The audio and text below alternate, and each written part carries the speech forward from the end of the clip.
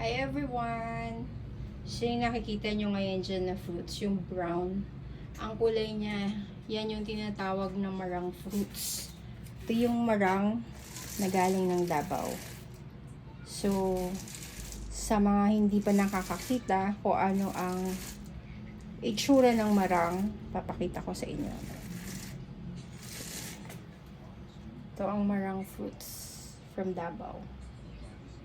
So, i-open natin siya. Maraming health benefits yan. Health benefits niyan, good for the heart, anti-cancer, good for constipation, and kung ano-ano pa. So, i-open natin mamaya yung marang fruits. Nakikita nyo.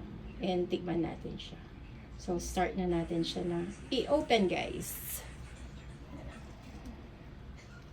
Nga pala, pag brown yung kulay niya, luto na siya, guys. Kasi pag green pa siya, hindi pa siya luto. So, yan.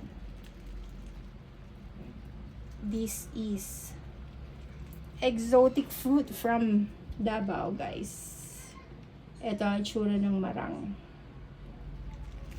Mukha lang siyang langka, pero napakaraming buto. Exotic fruit.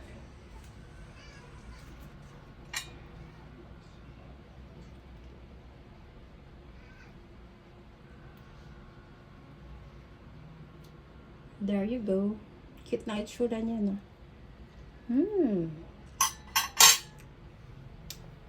Tamis. Hindi siya nagkakalayo sa lasa ng langka. Ang tamis ng ano niya, guys. Ng lasa.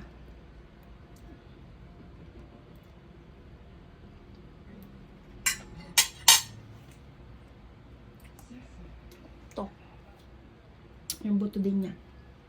Tamis. Sarap.